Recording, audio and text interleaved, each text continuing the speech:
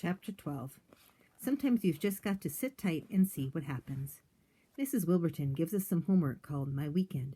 She wants us to write about what happened over the weekend, i.e., this last one just gone. Carl says he won't do it, and Mrs. Wilburton asks, why not? And I remember him on Sunday in the phone booth, and I know this is not something Carl would want to write about. Carl says, because it's my own private business and nobody is going to know my stuff.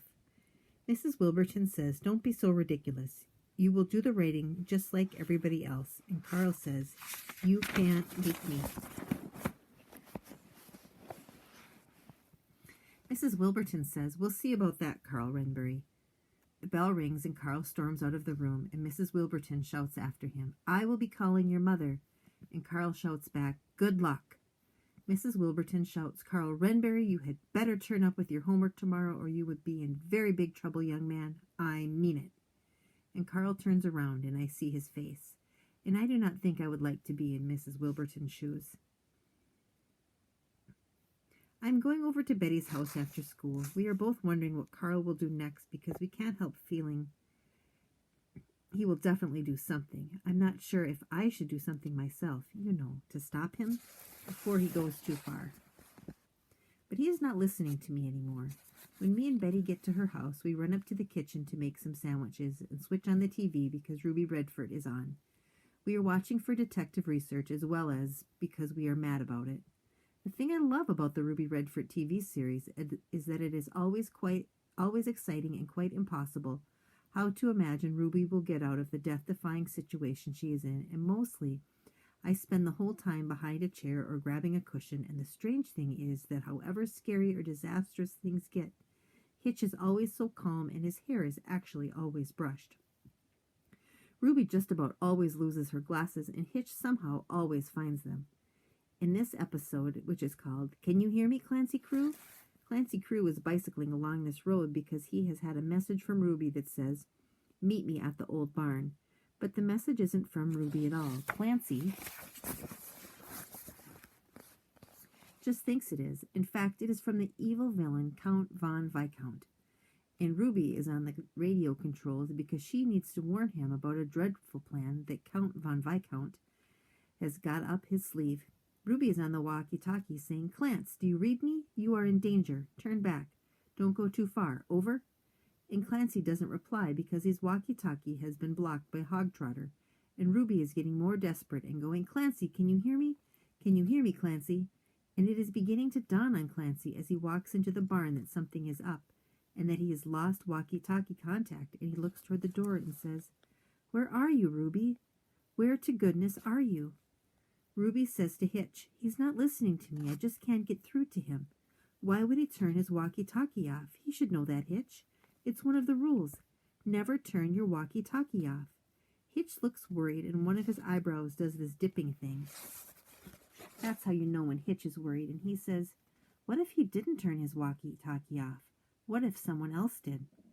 And then Hitch looks at Ruby, and Ruby looks at Hitch, and Ruby looks out of the TV screen and says, keep your cool, Clance, my old friend. Don't do anything stupid. And Clancy is standing alone in the barn, or at least we think he is alone until we see a shadow of a hand.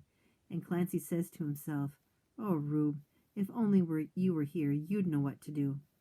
And then Hitch looks out of the TV and says, sit tight. Kid, we're going to get you out of there. You don't know what Ruby is going to do, but you know she's going to do something. And you just know that's exactly when the episode's going to end because you are all just completely dying to know what happens next.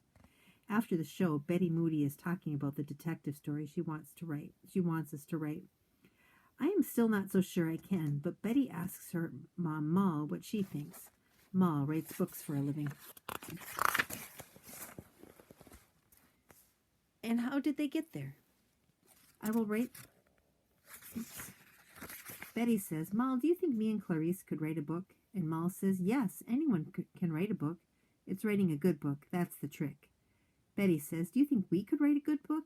And Moll says, as long as you have something to say and an interesting way of saying it. Betty says, so that's a yes. We have lots of things to say, lots. And Clarice, Meade, and me always find ourselves interesting, so I'm sure other people will too.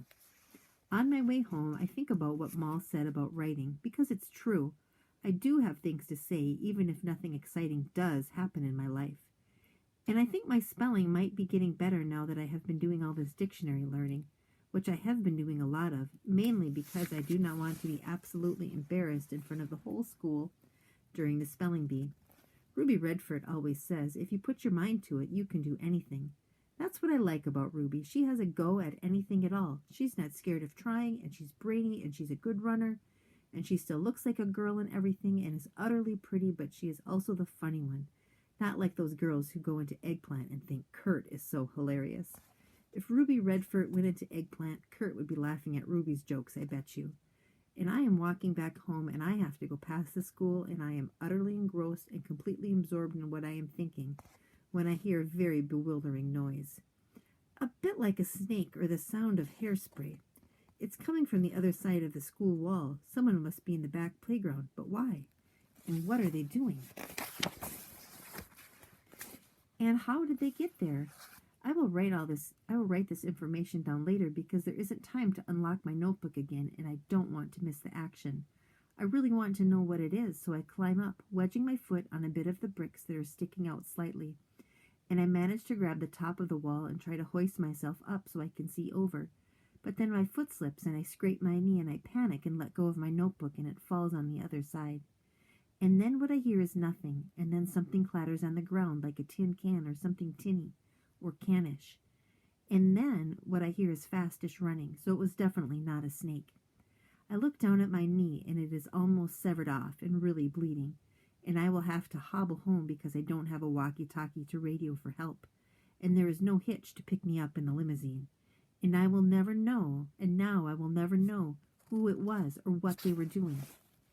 Unless I can find some clues tomorrow, but I can't write that down because I no longer have my notebook.